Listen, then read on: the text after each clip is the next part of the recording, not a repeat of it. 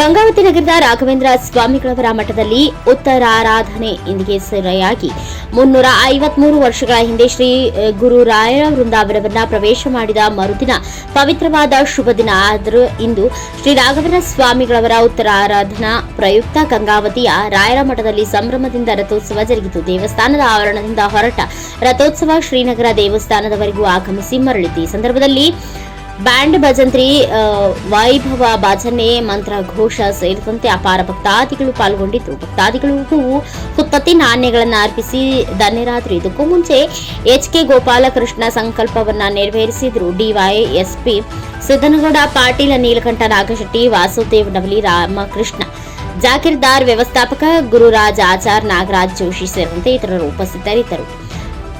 Sharanappa, NKST 4 news, Gangavathi.